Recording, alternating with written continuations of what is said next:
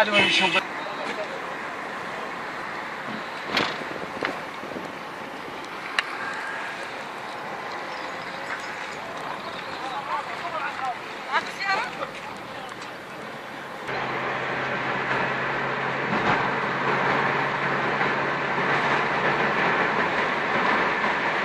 السيارة هامر تشتغل.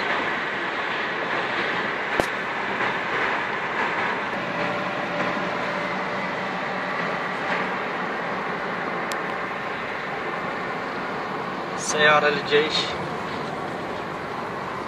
اي والله ضحك على مود ارواح الناس يعني. لا مو هاي شغله، على مود ارواح العالم. الدولة الإسلامية بالموصل تتجول. هاي السيارة النجدة ماخذيها بيد الدولة الإسلامية. شلون اخويا؟ هاي السيارة الله يجزاك خير. اي والله الدولة الإسلامية. ايوه تتجول. نحن حاليا في سوق الليبي. اي والله هذا مركز شرطة الأحداث. خابر على الهندسة. الله يجزاك خير. دحك تدري وين برازس رابع من جهة الدواسة. ظاهريات. نشوف عودة النازحين. أحد المواطنين يريد يصل إلى أهله، خلوا السيارة الشرطة.